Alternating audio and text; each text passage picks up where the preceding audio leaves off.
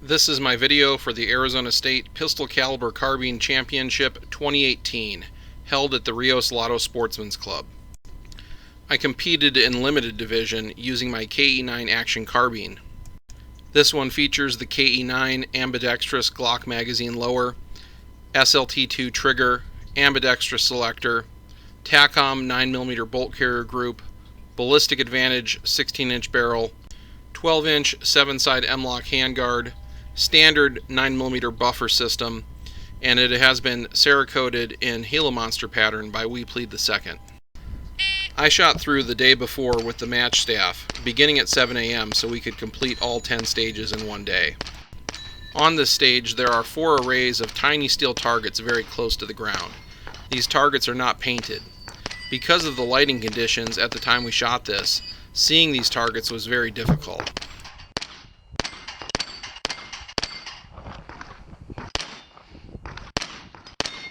It's disappearing right into the shadows. Even though I'm scanning for targets the whole time as I move through this stage, I end up leaving one of these tiny steel targets, costing myself a plus 15 second target not engaged penalty.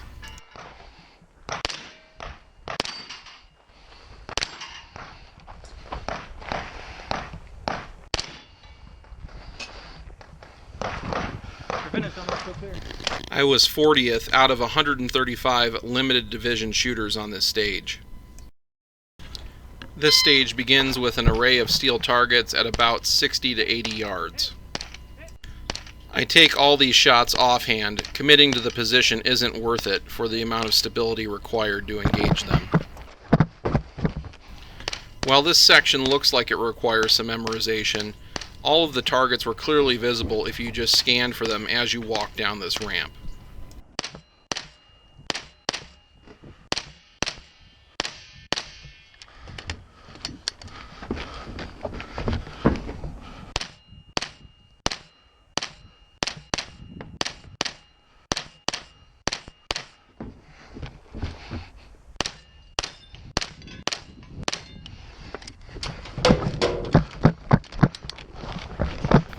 Once the shooter is done with the paper, they advance up these stairs and engage the original 8 plates again.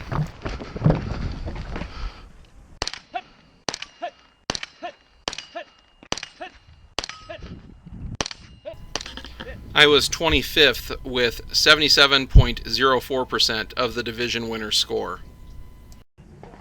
This stage begins with the shooter holding a package, and the first magazine must start in the mailbox. One of the poppers coming up in this center array launches a clay pigeon. To date, I've encountered these pistol pigeon flippers at least 5 times at major matches. I have thus far been unable to hit any of them.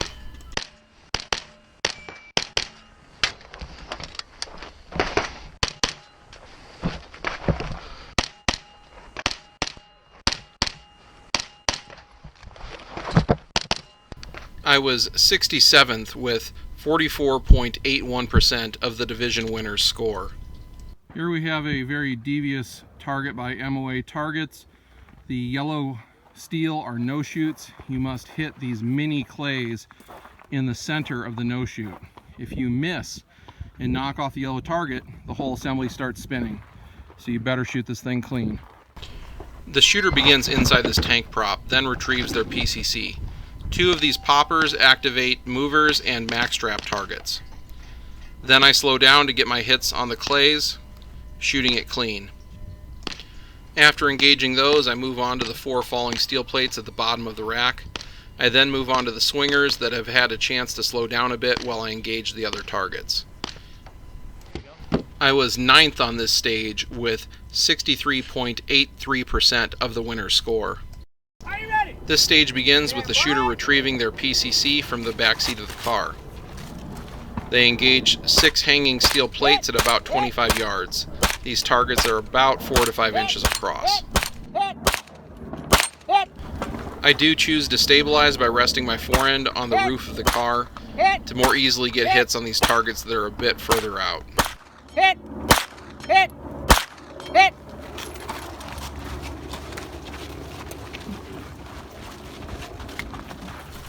I don't know the exact distance of these 2 targets, but they are over 100 yards.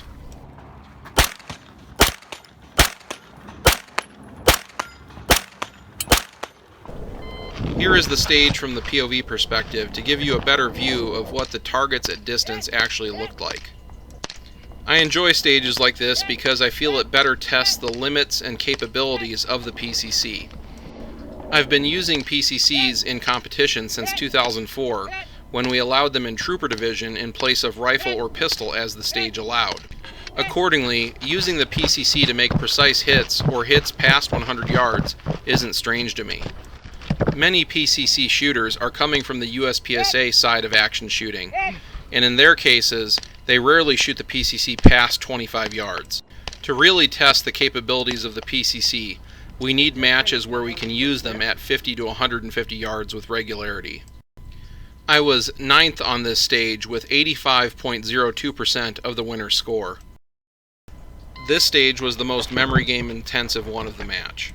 What I wanted to do was go to each window I knew I needed to engage targets from, pick up on the leftmost target, then sweep left to right. Unfortunately, I made a couple mistakes on this stage. I do want to point out that I very rarely reloaded off my person during this match. Most of my reloads were simply swapping mags right to left with my Arredondo coupled magazines. This next position is where I make my first mistake. I forget to engage that far left paper target. I move to the next window and engage this paper from the wrong position. At this angle, my rounds skim across the barrel, deflecting, missing the target. I come back and engage the paper here. This position is where I should have shot that far paper from, and I would have avoided the deflection. That series of minor mistakes cost me quite a bit percentage-wise on this stage. I was 65th with 52.62% of the winner's score. This stage begins with the shooter retrieving their PCC and engaging 3 steel targets from 3 positions before entering the rest of the stage.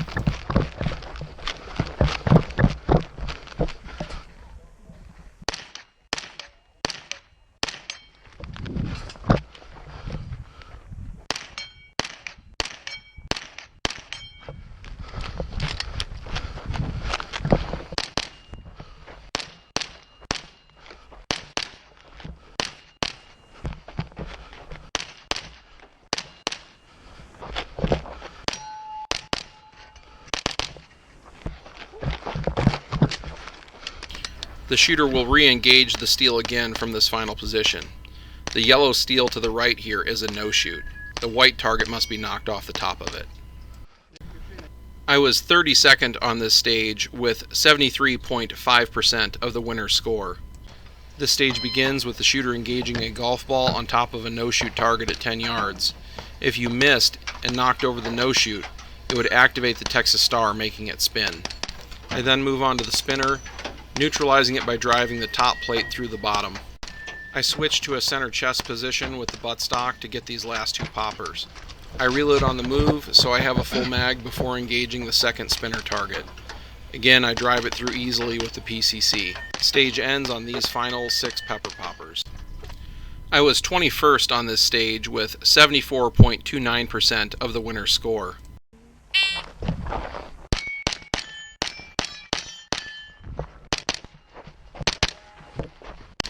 These steel targets on the ground are sometimes a challenge because of the lack of contrast, not because of the size or the distance involved. They often blend right into the background of the range, making it difficult to see where they actually are relative to your sight picture. From this final position, there are 5 steel targets at about 50 to 60 yards. I was 27th on this stage with 71.88% of the winner's score. This stage begins with 4 steel targets at what I would guess is about 75 to 90 yards.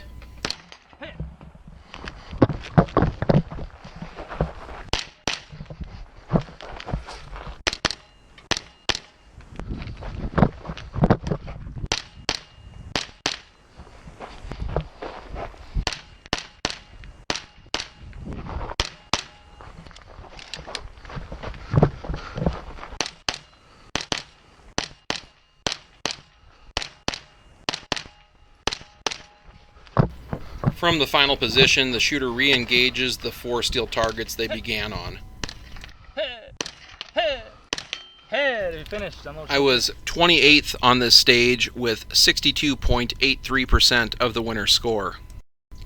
In the end, I was 24th out of 135 shooters in the limited division with 77.5% of the winner's score. Overall, I was 32nd out of 198 shooters with 66.02% of the winner's score. I'm fairly happy with how I finished at this match. This match has a very deep talent pool and attracted some of the best PCC shooters from around the country. I was particularly happy with my performance on stage 10, shooting that clean without hitting any no-shoots. I was also happy that I got the golf ball on the first shot on stage 4. My KE9 Action Carbine again ran flawlessly at this match, as it has at many others. There's a perception that pistol caliber carbines can't run reliably, or at least won't for very long. That may be the case if you're not using quality parts or if you're tweaking things to get the nth degree of performance. By tweaking components and lightening parts, you're always giving up something, usually reliability, that isn't worth the performance advantages gained. The KE9 simply just works, and you can purchase one as a complete firearm yourself or assemble it from parts on kearms.com. Thank you for watching, and come back again for more match and multi-gun competition content.